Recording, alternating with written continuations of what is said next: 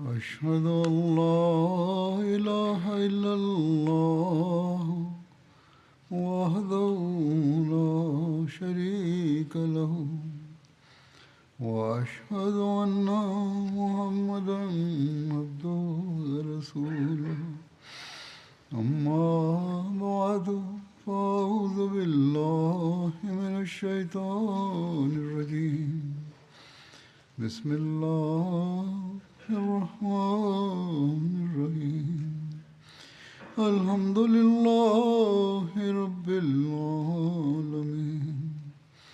الرحمن الرحيم مالك يوم الدين إياك نعبد وإياك نستعين اهدنا الصراط المستقيم صراط الذين أنعمت عليهم غير المغضوب عليهم ولا الضالين.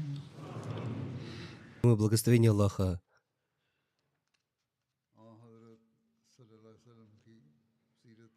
В истории упоминается военный поход сарая Хазрата Умара ибн аль-Хаттаба в Тарбу.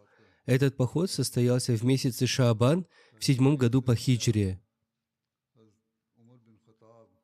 Посланник Аллаха, мир ему и благословение Аллаха, отправил Хазрата Умара ибн аль-Хаттаба к племени Гавазин в местность Тарба, расположенную примерно в 333 милях от Медины, на пути между Сахной и Наджраном.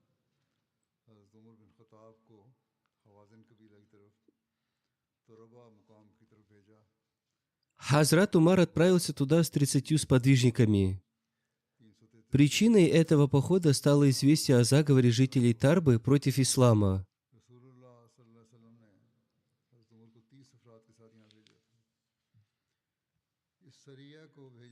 Когда Хазрат Умар выдвинулся в путь, с ним был проводник из племени Бану Хиляль. Сподвижники передвигались ночью, а днем скрывались. Жители Тарбы, узнав об их приближении, бежали. Когда Хазрат Умар прибыл в их земли, там никого не было, они поднялись на возвышенности и укрылись в горах. Однако их скот и имущество остались, и мусульмане захватили их, так как это были люди, сеявшие смуту. После этого они вернулись в Медину с трофеями. Когда они достигли местности Зуль-Джадр, пастбища вблизи Кубы, примерно в 6-7 милях от Медины, проводник из племени Бану Хиляль предложил Хазрату Умару, да будет доволен им Аллах, не хочешь ли напасть на другое племя Бану Хасам? Они переселились сюда из-за засухи в своих землях. Но Хазрат Умар, да будет доволен им Аллах, ответил: посланник Аллаха, мир ему и благословение Аллаха, не приказывал мне этого. Он повелел мне сражаться с племенем Хавазин в Тарбе. После этого Хазрат Умар, да будет доволен им Аллах, вернулся в Медину, так как именно эти люди были виновниками смуты. Этот случай также опровергает ложное обвинение в том, что мусульмане напали без причины.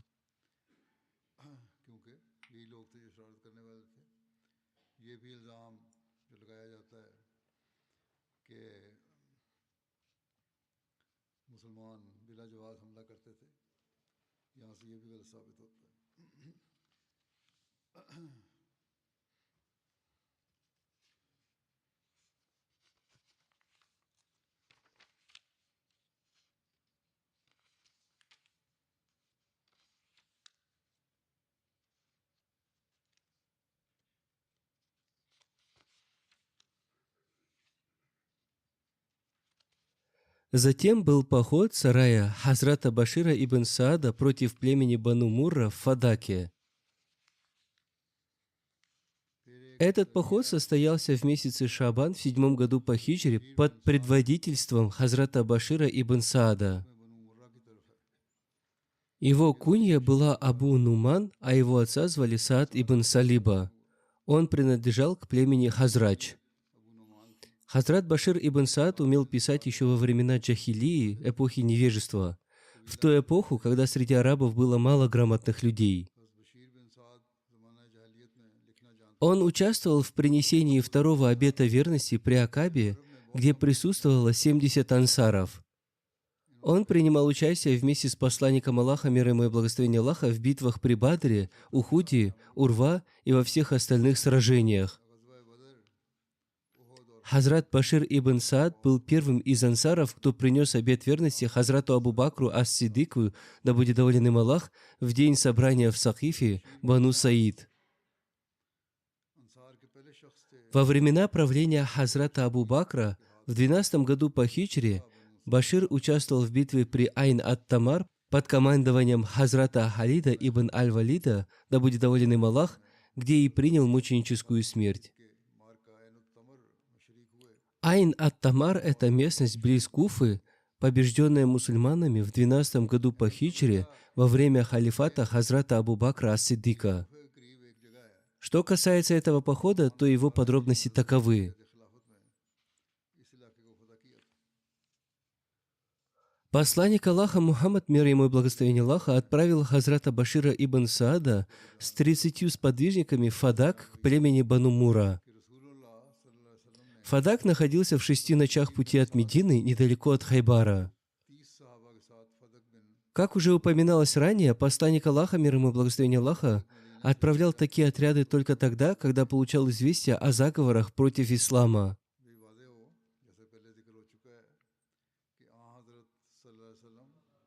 Сподвижники выдвинулись в путь и встретили пастухов, у которых спросили о местонахождении племени Бану Мура. Пастухи сообщили, что племя Бану Мура находится в своей долине и не подходит к источнику. Тогда сподвижники угнали их овец и направились обратно в Медину. Глашатай племени Бану Мура поднял тревогу, известив: «Мусульмане забрали наше имущество». Ночью мусульманам пришлось столкнуться с большим отрядом племени Бану Мура, которые вернулись и атаковали их. Всю ночь сподвижники отбивались стрелами, пока они у них не закончились. На рассвете племя Бану Мура снова напали и убили всех сподвижников Хазрата Башира. Сам Хазрат Башир сражался отчаянно, пока не был тяжело ранен. Ему повредили ногу, и все решили, что он погиб. Затем племя Бану Мура забрали своих овец и все имущество, которое ранее отобрали мусульмане. После этого они ушли. Хазрат Башир оставался среди мучеников, шахидов до самой ночи. Собрав последние силы, он поднялся и добрался до Фадака, где несколько дней скрывался у местных иудеев, пока его раны не зажили. После этого он вернулся в Медину. Следующий поход под предводительством Хазрата Галиб ибн Абдуллах аль-Лейси в сторону Майфа состоялся в месяце Рамадан в 7 году по хиджре. Хазрат Галиб ибн Абдуллах аль-Лейси был из числа жителей Хиджаза. Он присутствовал при завоевании Мекки, а до этого посланник Аллаха, мир ему и благословение Аллаха, отправил его вперед в качестве разведчика. Позже, во времена правления Хазрата Амира Муавии, да будет доволен им Аллах, он стал наместником Хорасана. Согласно одному из повествований, он также участвовал в битве при Кадисии. Ибн Саад писал, что посланник Аллаха, мир ему и благословение Аллаха, направил Галиба против племен Бану Аваль и Бану Абд ибн Салиба, которые находились в Майфа. Эта местность располагалась в Нечде, примерно в 96 милях от Медины. Эти племена начали враждебную пропаганду против мусульман, собирая силы для возможного нападения, подобно союзным племенам Ахзаб во время битвы Урва. Ибн Хишам, однако, связывает этот поход с племенем Бану Мура, которые были союзниками племени Харка. В Сахих аль-Бухари есть глава под названием «Об отправке посланником Аллаха, мир ему и благословение Аллаха, Хазрата Усамы ибн Зейда к племени Харка, которое являлось ответвлением племени Джухайна». Это могло создать впечатление, что командующим в этом походе был Хазрат Усама ибн Зейд. Однако, как пояснил Ибн Хаджар в своем комментарии в Сахих аль-Бухари, слова Усамы «Посланник Аллаха, мир ему и благословение Аллаха, отправил нас к племени Харка» не являются доказательством того, что он был назначен командующим. Более того, нет достоверных свидетельств, что Усама возглавлял военные отряды до мученической смерти своего отца, Хазрата Зайда ибн Хариса, в битве при Муте. Таким образом, большинство историков и знатоков военных походов, Ахль аль-Магази, считают, что командующим этого отряда был Галиб ибн Абдуллах аль-Лейси, а не Усама ибн Зейд. Это мнение более достоверно и обосновано. Одним словом, посланник Аллаха, мир ему и благословение Аллаха, отправил Хазрата Галиба с отрядом из 130 сподвижников. Его проводником был Хазрат Ясар, освобожденный раб, посланник Аллаха, мир ему и благословение Аллаха. Мусульмане внезапно напали на них, проникли в их поселение и сразились с теми, кто оказал сопротивление. Они убили сопротивлявшихся, захватили трофеи, овец и коз и привезли их в Медину, не взяв никого в плен.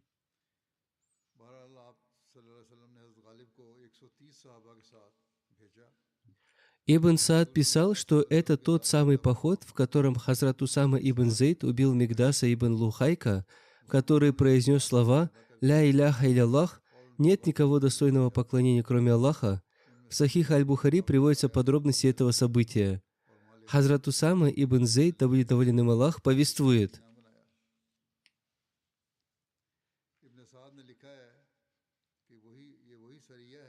«Посланник Аллаха, мир ему и благословение Аллаха, отправил нас к племени Харка.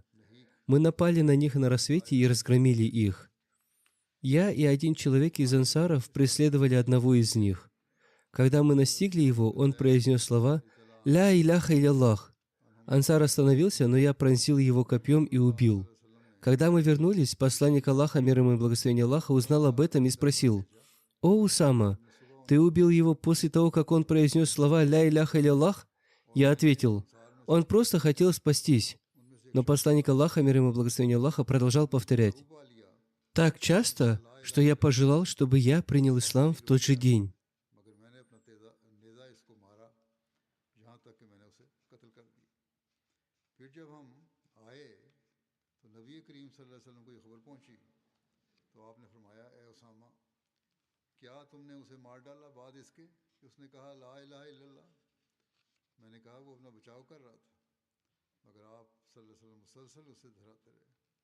В Сахих Муслим повествуется, что посланник Аллаха, мир ему и благословение Аллаха, сказал по этому поводу следующее: «Раскрыл ли ты его сердце, чтобы узнать, искренне ли он произнес это или нет?» Посланник Аллаха, мир ему и благословение Аллаха, повторял эти слова передо мной так часто, что я пожелал о том, чтобы я принял ислам в тот же день.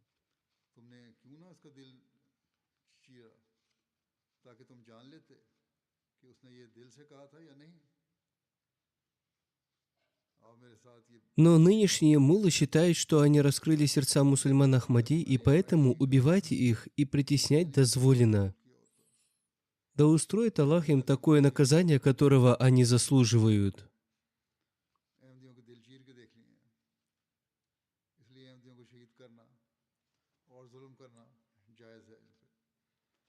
В одном из повествований повествуется о том, что посланник Аллаха, мир ему и благословение Аллаха, повелел выплатить семье Мигдаса выкуп за кровь и вернуть его имущество. Хотя этот человек произнес слова «Ля иляха иляллах», «Нет достойного поклонения, кроме Аллаха», во время сражения, посланник Аллаха, мир ему и благословение Аллаха, сказал: «Поскольку он произнес свидетельство веры, вы обязаны выплатить его семье выкуп и вернуть на захваченное имущество».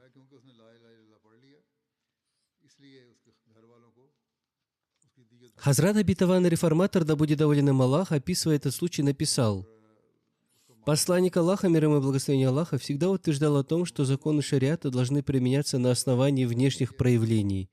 То есть шариат устанавливается по внешним действиям, а не потому, что скрыто в сердцах, и это нам известно». Однажды группа сподвижников отправилась в военный поход. По пути они встретили одного многобожника, который прятался в лесу, и когда находил одинокого мусульманина, нападал на него и убивал его. Усама ибн Зейд преследовал его, настиг и нанес над ним меч, чтобы убить его.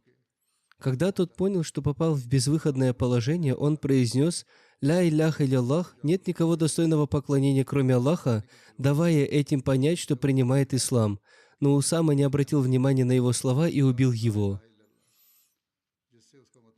Когда вестник прибыл в Медину, чтобы сообщить посланнику Аллаха, мир ему и благословение Аллаха, о ходе сражения, он рассказал и об этом случае.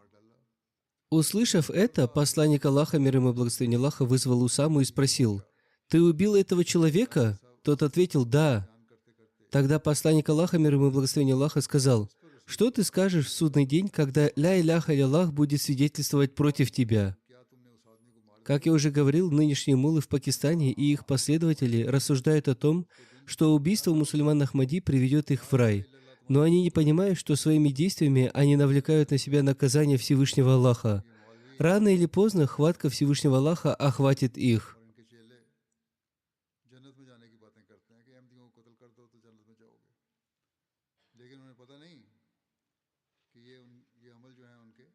Одним словом, Хазрат Обетованный Реформатор, да будет доволен им Аллах, комментируя этот случай, сказал: «Аллах спросит, почему ты убил его, когда он произнес «Ля иляха илляллах»?»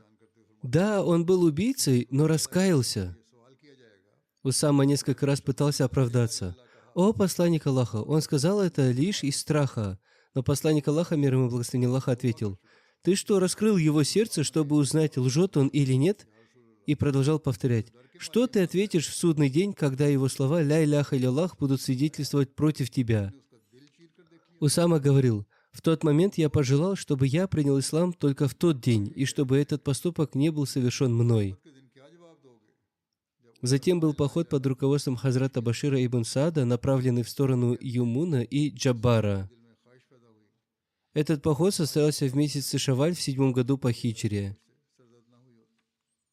Юмун и Джабар находились между Фадаком, Вади-уль-Кура и Хайбаром. Это была территория племени Бану Гатфан. Посланнику Аллаха, мир ему и благословение Аллаха, стало известно, что группа из племени Гатфан собирается выступить против него, а Уяйна ибн Хисн пообещал поддержать их в этом. Когда посланник Аллаха, мир ему и благословение Аллаха, сообщил об этом Хазрату Абу Бакру и Хазрату Умару, они посоветовали отправить туда Хазрата Башира ибн Саада. Посланник Аллаха, мир ему и благословение Аллаха, позвал его, велел изготовить знамя и отправил его туда вместе с 300 сподвижников.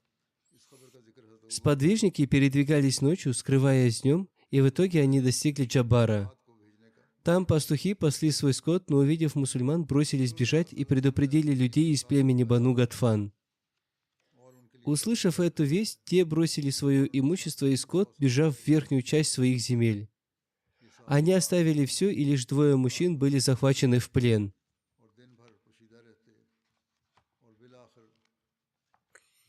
Сподвижники захватили овец, коз и верблюдов, а затем вернулись в Медину с пленниками. Однако те 2 приняли ислам, и посланник Аллаха, мир ему и благословение Аллаха, позволил им вернуться в свои земли. Подробности об Умрат аль-Каза описаны следующим образом. Это умра, которую совершил посланник Аллаха, мир ему и благословение Аллаха, в месяце Зуль-Каада в 7 году по хиджре, февраль 629 года нашей эры. Посланник Аллаха, мир ему и благословение Аллаха, отправился для совершения Умрат аль-Каза именно в том же месяце, в котором годом ранее мекканские многобожники не позволили ему совершить умру, и он вернулся из Худайбии. Теперь же он отправился, чтобы возместить это паломничество.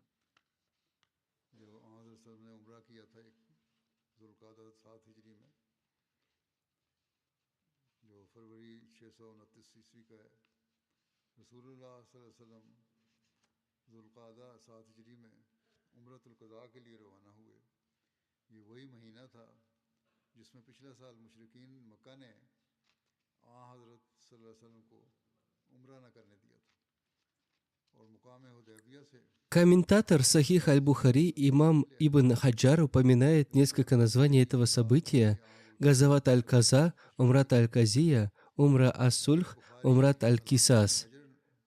Также ее называют Газават аль-Амн. Название Умрат Аль-Киса связано с тем, что мекканские многобожники в месяц Зуль-Каада в 6-м году по хиджре запретили посланнику Аллаха, мир ему и благословение Аллаха, совершить умру в запретный месяц, и теперь он отправился для возмещения этого.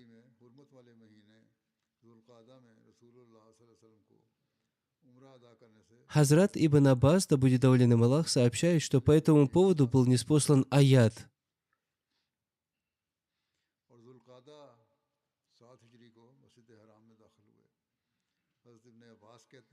Запретный месяц за запретный месяц, а за нарушение запретов – возмездие. Ибн Хишам упоминает о том, что перед отъездом посланник Аллаха, мир ему и благословение Аллаха, назначил наместником в Медине Хазрата Увайфа ибн Азбата ад-Дили, а согласно Ибн Сада, Хазрата Абу Рума аль-Гифари. Подробности отправления в эту умру, малое паломничество, описаны следующим образом. В этой умре посланника Аллаха, мир ему и благословение Аллаха, сопровождало 2000 сподвижников. При отправлении он повелел: пусть примут участие все, кто присутствовал в Худайбии. Все сподвижники, которые присутствовали в Худайбии, принимали участие в этом паломничестве, кроме тех, кто обрел мученическую смерть в Хайбаре. Кроме них, с посланником Аллаха, мир ему и благословение Аллаха, были и другие сподвижники, которые не были в Худайбии. С собой посланник Аллаха, мир ему и благословение Аллаха, взял 60 верблюдов для жертвоприношения. Он повелел одеть на их шеи ожерелья как знак жертвенных животных и назначил Начу ибн Джундуба ответственным за них. Когда посланник Аллаха, мир ему и благословение Аллаха, достиг Зуль-Хулейфи, селения в 6-7 милях от Медины, в качестве предосторожности он отправил вперед 100 всадников под командованием Мухаммада ибн Масламы. В этом путешествии посланник Аллаха, мир ему и благословение Аллаха, лично взял с собой оружие, кольчугу и копья. Оружие было отправлено вперед под наблюдением Башира ибн Саада. Возникает вопрос, зачем было брать оружие для умры, если договор уже был заключен? Когда посланнику Аллаха, мир ему и благословение Аллаха, указали на это, сказав: «Вы взяли с собой оружие, хотя курайшиты запретили вносить в Мекку что-либо, кроме мечей в ножнах». Он ответил: «Мы не войдем в Масджид Аль-Харам с оружием. Оно останется вблизи на случай нападения. Мы оставим его за пределами Мекки, ибо им нельзя доверять, они могут напасть на нас в любой момент». Когда Мухаммад ибн Маслама с всадниками достиг Мар-аз-Захрана, они встретили нескольких курайшитов и сообщили им, что посланник Аллаха, мир ему и благословение Аллаха, прибудет туда на следующий день. Курайшиты, узнав об этом, испугались. По прибытии в Мар-аз-Захран все оружие было отправлено в Ядич в 8 милях от Мекки. Услышав, что мусульмане приближаются с оружием, мекканцы встревожились и отправили разведчиков. Их представитель Микрас ибн Хаф сказал: «О Мухаммад, мы никогда не видели, чтобы ты нарушал договор». Посланник Аллаха, мир ему и благословение Аллаха, ответил: «Мы войдем в Мекку без оружия, согласно условиям договора». Услышав это, Микрас воскликнул: «Вот почему мы считаем тебя воплощением добродетели и верности». Даже неверующий признавал эти качества посланника Аллаха, мир ему и благословение Аллаха.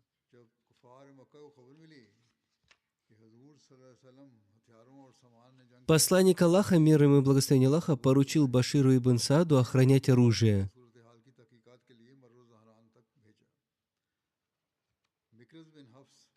Согласно договору, у мусульман были только мечи в ножнах.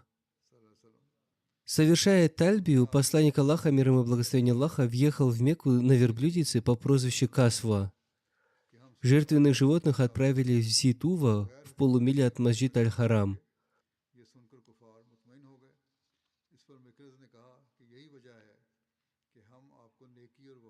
Он вошел со стороны Хаджуна, горы в долине Мухсаб, в 1,5 милях от Каабы. Анас, да будет доволен им Аллах, повествует: когда посланник Аллаха, мир ему и благословение Аллаха, входил в Мекку для умрат Аль-Каза, Абдуллах ибн Раваха шел впереди, декламируя: «О потомки неверующих! освободите путь посланнику Аллаха, мир ему и благословение Аллаха. Сегодня мы нанесем такой удар, который снесет головы с плеч и разлучит друзей». Умар, да будет доволен им Аллах, возразил: «О Ибн Раваха, ты говоришь такое перед посланником Аллаха, мир ему и благословение Аллаха, и в заповедной мечети?» आप अपनी ऊँटनी कस्बा पर सवार थे। आप हजून की तरफ से मक्के में दाखिल हुए। हजून वादी मुहस्सब की तरफ एक पहाड़ है जो बैतुल्लाह से 1.5 मील के फासले पर है।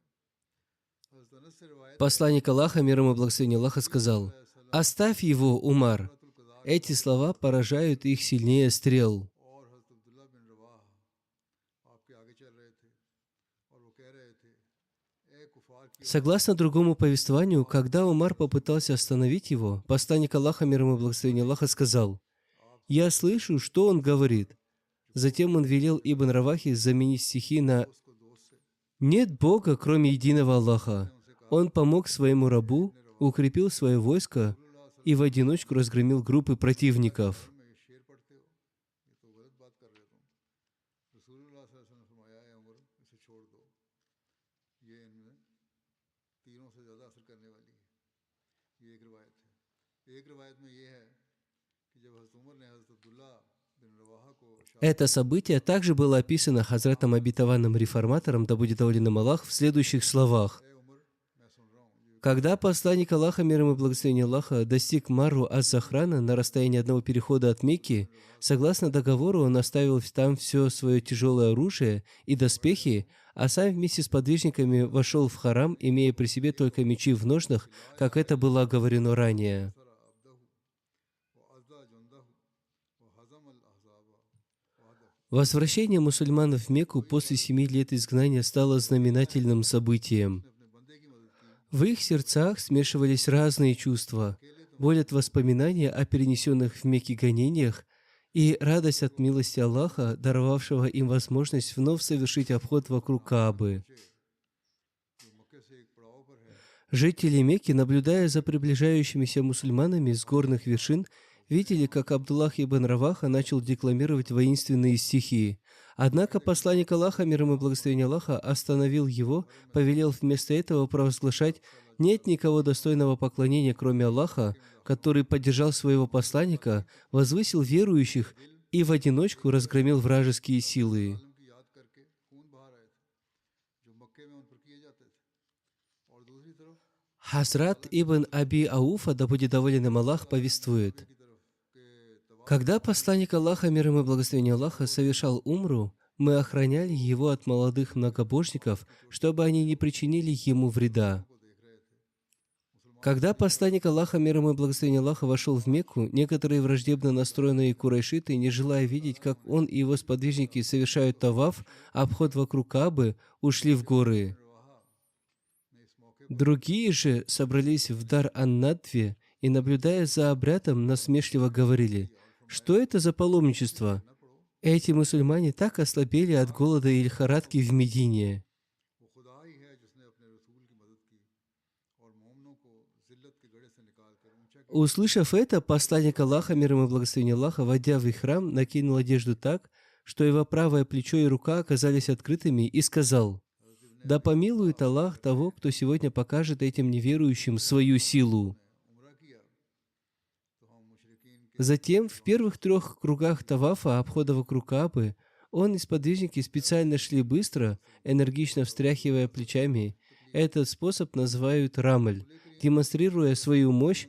Как передается в Сахих аль-Бухари, Ибн Аббас, да будет доволен им Аллах, пояснил: язычники говорили: они так ослабели от лихорадки, поэтому посланник Аллаха, мир ему и благословение Аллаха, повелел сподвижникам ускоряться только в первых 3 кругах, проявляя милосердие к ним. मगर कुछ कुफार दारुल नदवा में जमा हो गए, वहाँ खड़े होकर तवाफ का नज़ारा करने लगे और कहने लगे कि ये मुसलमान भला क्या तवाफ करेंगे, इनको तो भूख और मदीने के बुखार ने कमज़ोर करके रखा। Между Сафой и Марвой посланник Аллаха, мир ему и благословение Аллаха, также двигался быстро, чтобы подчеркнуть свою силу. Согласно некоторым повествованиям, он совершал саи верхом на своем верблюде. खुल गए और आप सल्लल्लाहु अलैहि वसल्लम ने फरमाया, खुदा उस पर अपनी रहमत नाज़िल फरमाए जो इन कुफार के सामने अपनी कुव्वत का इजहार करे। फिर आप सल्लल्लाहु अलैहि वसल्लम ने अपने असहाब के साथ После завершения обрядов Умарвы мусульмане совершили жертвоприношение. Затем посланник Аллаха, мир ему и благословение Аллаха, отправил группу сподвижников сменить тех, кто охранял оружие в Яджадже, чтобы и они могли совершить умру. से रिवायत है कि हज़रत इब्न अब्बास ने बयान किया कि रसूलुल्लाह सल्लल्लाहु अलैहि वसल्लम और आपके सहाबा आए तो मुशरिकीन ने कहा, तुम्हारे पास ऐसे लोग आ रहे हैं जिन्हें मदीने के बुखार ने कमज़ोर कर दिया। नबी सल्लल्लाहु अलैहि वसल्लम ने उन्हें हुक्म दिया अपने सहाबा को कि वो 3 चक्कर दौड़ कर लगाएं। इसको अरबी में रमल कहते हैं। हर तवाफ काबा करने वाला शुरू में तवाफ के 3 फेरों में ये रमल करता है। आपने सहाबा पर शफक़त करते हुए उन्हें सारे चक्रों में दौड़ने का इरशाद नहीं फरमाया। हज़रत इब्न अब्बास ने बयान किया, После завершения обрядов Умарвы мусульмане совершили жертвоприношение. Затем посланник Аллаха, мир ему и благословение Аллаха, отправил группу сподвижников сменить тех, кто охранял оружие в Яджадже, чтобы и они могли совершить умру. Во время этой поездки также был заключен брак посланника Аллаха, мир ему и благословение Аллаха, с Хазрат Маймуной. Подробности этого события таковы. Во время этого путешествия посланник Аллаха, мир ему и благословение Аллаха, женился на Маймуне бинт Харис. Этот брак был организован Хазратом Аббасом.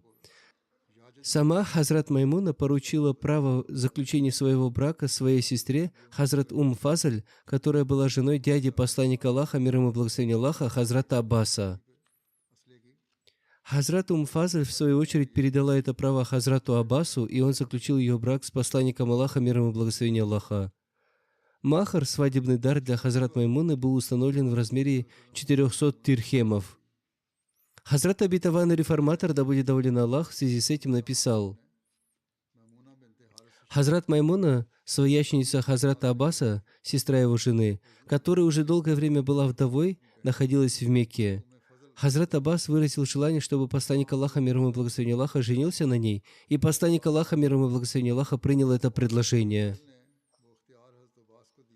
Посланник Аллаха, мир ему и благословение Аллаха, провел в Мекке 3 дня. Когда наступил 3-й день, курайшиты отправили Хуватиба ибн Абдулу Узу с несколькими представителями племен к посланнику Аллаха, мир ему и благословение Аллаха. Согласно одному из повествований, эта делегация курайшитов сначала отправилась к Хазрату Али, да будет доволен им Аллах, и заявила: «Срок вашего пребывания истек, поэтому покиньте город». На это посланник Аллаха, мир ему и благословение Аллаха, ответил: «Если мы задержимся ненадолго, что вам помешает? Мы собираемся сыграть свадьбу и приготовить угощение. Это моя свадьба, и мы приглашаем вас присоединиться к ней». Однако курайшиты отказались, сказав: «Нам не нужно вашего угощения». Тогда посланник Аллаха, мир ему и благословение Аллаха, вместе со своими сподвижниками покинул Мекку, оставив своего освобожденного раба Абу Рафи при Хазрат Маймуне. Позже Абу Рафи доставил ее к посланнику Аллаха, мир ему и благословение Аллаха, в местность под названием Сариф, большую долину неподалеку от Танима, примерно в 6-7 милях от Мекки. Изначально Хазрат Маймуну звали Барра, но посланник Аллаха, мир ему и благословение Аллаха, назвал ее Маймуной, что означает «благословенная». Она стала последней его супругой. В 51 году по хиджре Хазрат Маймуна скончалась в том самом месте, Сариф, где когда-то состоялось ее бракосочетание с посланником Аллаха, мир ему и благословение Аллаха. Хазрат Абитаван, реформатор, да будет доволен им Аллах, написал: на 4-й день жители Мекки потребовали, чтобы посланник Аллаха, мир ему и благословение Аллаха, в соответствии с договором покинул Мекку. Он немедленно приказал всем сподвижникам отправиться в путь из Мекки в Медину. Учитывая чувства мекканцев, он оставил позади свою новообрачную жену Маймуну, чтобы она присоединилась к нему позже с караваном. Сам же он поспешно выехал за пределы священной территории Мекки. Туда вечером к нему доставили Маймуну, и первую ночь они провели вместе в пустыне, где она встретилась с посланником Аллаха, мир ему и благословение Аллаха. Хазрат Маймуна, да будет доволен ею Аллах, очень дорожила этим священным местом, где она соединилась узами брака с посланником Аллаха, мир ему и благословение Аллаха. Поэтому она завещала перед смертью: «Когда я умру, похороните меня именно на этом месте, где стоял шатер посланника Аллаха, мир ему и благословение Аллаха, куда я была приведена к нему». Согласно Божьему предопределению, она прибыла в Мекку для совершения хаджа, но там заболела. Через несколько дней она сказала: «Вывезите меня за пределы Мекки, ибо посланник Аллаха, мир ему и благословение Аллаха, сказал мне, что я не умру в Мекке». Люди повезли ее, но как только они достигли места Сариф, душа матери верующих Хазрат Маймуны, да будет доволен ею Аллах, покинула этот мир. Она скончалась, и согласно ее завещанию, ее похоронили именно на этом самом месте. Во время смерти ей было 80 или 81 год.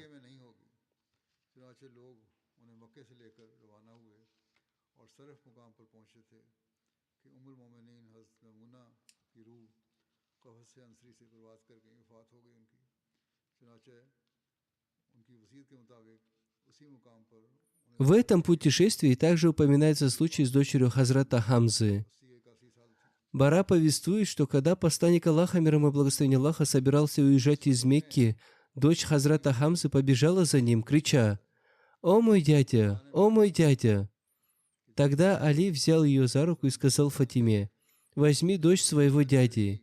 Она посадила ее на свое верховое животное. Между Али, Зейдом и Джафаром возник спор. Хазрат Али сказал: «Я взял ее, она дочь моего дяди». Хазрат Джафар сказал: «Она дочь моего дяди, а ее тетя моя жена». Хазрат Зейд сказал: «Она дочь моего брата». Посланник Аллаха, мир ему и благословение Аллаха, вынес решение в пользу ее тети, сказав: «Тетя занимает место матери». Затем он добавил: «О Али, ты от меня, и я от тебя. О Джафар, ты похож на меня внешностью и нравом. О Зейд, ты наш брат и наш освобожденный раб». Хазрат Али спросил: «Не женишься ли ты на дочери Хамзы?» Посланник Аллаха, мир ему и благословение Аллаха, ответил: «Она дочь моего молочного брата, такой брак невозможен». Затем посланник Аллаха, мир ему и благословение Аллаха, вернулся в Медину в месяце Зуль-Хиджа. Военный поход под командованием Ахрама ибн Аби Ауджи против племени Бану Сулейм. Этот поход состоялся в месяце Зуль-Хиджа в 7 году по хиджре.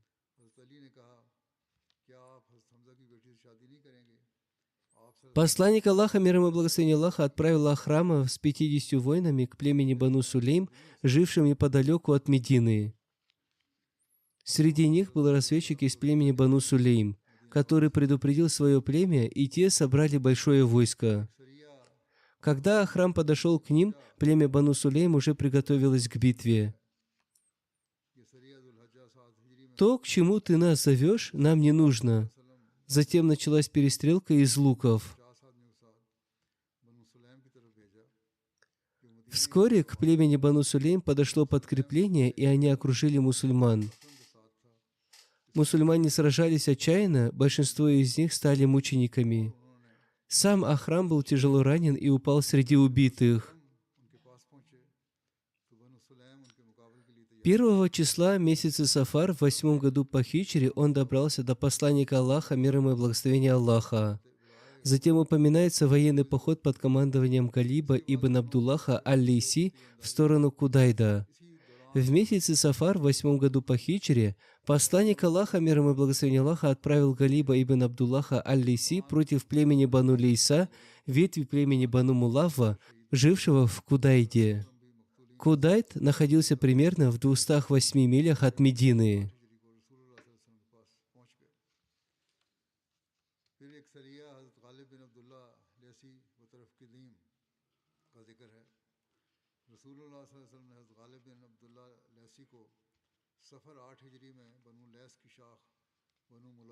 В Сахих аль-Бухари повествуется, что между племенем Асфан и местностью Кудайд находился родник. Согласно одному из повествований, посланник Аллаха, мир ему и благословение Аллаха, отправил Галиба ибн Абдуллаха с 15 воинами, и их боевым кличем в этом походе было «Амид, Амид». Хазрат Джундуб ибн Макиф повествует: Посланник Аллаха, мир ему и благословение Аллаха, отправил Галиба ибн Абдуллаха в поход, в котором участвовал и я. Он приказал атаковать племя Бану Мулава в Кудайте. Когда мы прибыли в Кудайт, мы встретились с Ибн Барса аль-Харис ибн Малик аль-Лейси, которого мы пленили. Он сказал: «Я вышел, чтобы принять ислам, и направляюсь к посланнику Аллаха, мир ему и благословение Аллаха». Мы ответили: «Если ты вышел с намерением принять ислам, то один день и одна ночь в плену не повредят тебе». Затем мы крепко связали его и поставили к нему чернокожего охранника по имени Сувайт ибн Мунхир.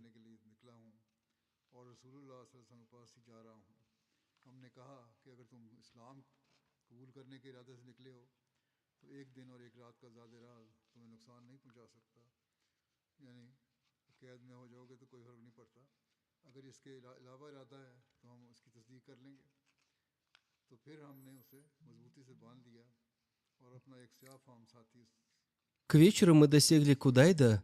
Находясь на краю долины, мои товарищи отправили меня в разведку. Поднявшись на холм, я лег на живот, чтобы наблюдать. Один человек вышел из шатра и заметил меня. Он выпустил стрелу, которая попала мне в бок, по другой версии, между глаз. Я остался неподвижным. Когда он выпустил вторую стрелу, попавшую мне в плечо, я вытащил ее, но продолжал лежать неподвижно, чтобы не вызвать подозрений. Дождавшись, когда враги уснут, на рассвете мы атаковали их. Убили воинов, взяли в плен женщин и детей и угнали скот. Однако вскоре появился Глашатай, приведший огромное войско, против которого мы были бессильны. Отступая со скотом, мы забрали с собой Ибн Барсу и его товарища. Когда враги почти настигли нас, между нами оставалась только долина Кудайда. Аллах не спаслал внезапное наводнение, хотя не было ни туч, ни дождя. Это стало непреодолимой преградой. Враги могли лишь беспомощно наблюдать, как мы уходим с их скотом. В конце концов, мы благополучно вернулись к посланнику Аллаха, мир ему и благословение Аллаха. Одним словом, эти повествования продолжатся.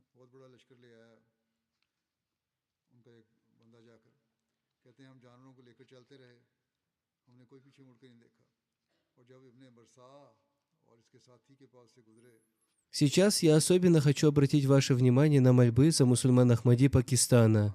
Они и сами тоже должны молиться за себя, и, как я уже говорил, вы должны как можно больше уделять внимание дуруду. Произносите 200 раз следующие слова: Субханаллахи ва бихамдихи, Субханаллахи лазим, Аллахумма салли аля Мухаммадин ва аля али Мухаммад. Сейчас этому нужно уделять как можно больше внимания. Успех придет только тогда, когда мы будем искренне обращаться к молитвам.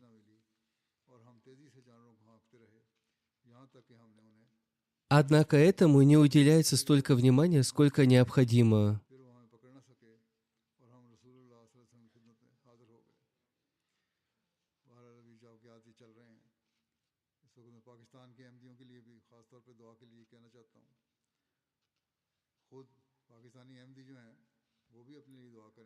Некоторые люди пишут мне, что одними молитвами ничего не добиться, нужно делать что-то еще. А что мы можем поделать? Наше оружие только молитвы. Я уже много раз говорил об этом, цитировал высказывания Хазрата Обетованного Мессии мир ему. Крайне ошибочно думать, что молитвы ничего не изменят. В любом случае, только молитвы приведут нас к успеху. Пусть Всевышний Аллах дарует всем нам возможность сделать это и сделает нас из тех, кто совершает молитвы должным образом.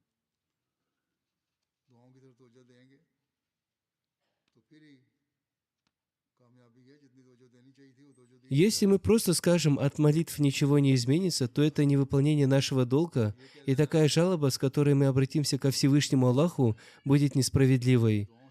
Поэтому нам следует искать у Него прощения и истигфар за такие мысли.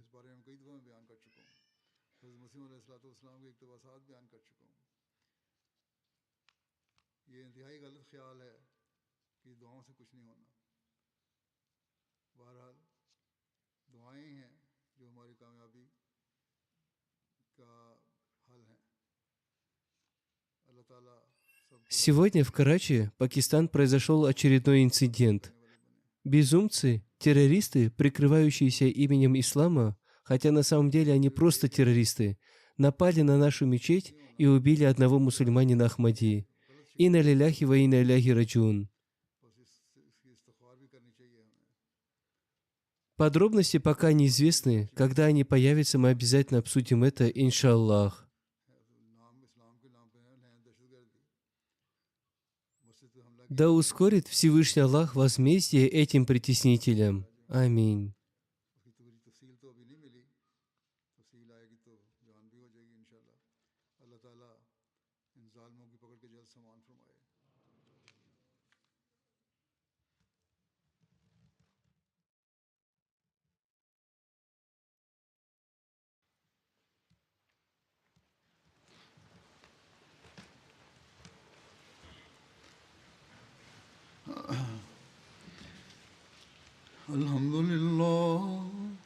الحمد لله نحمده ونستعينه ونستغفره ونؤمن به ونتوكل عليه ونعوذ بالله من شرور أنفسنا ومن سيئات أعمالنا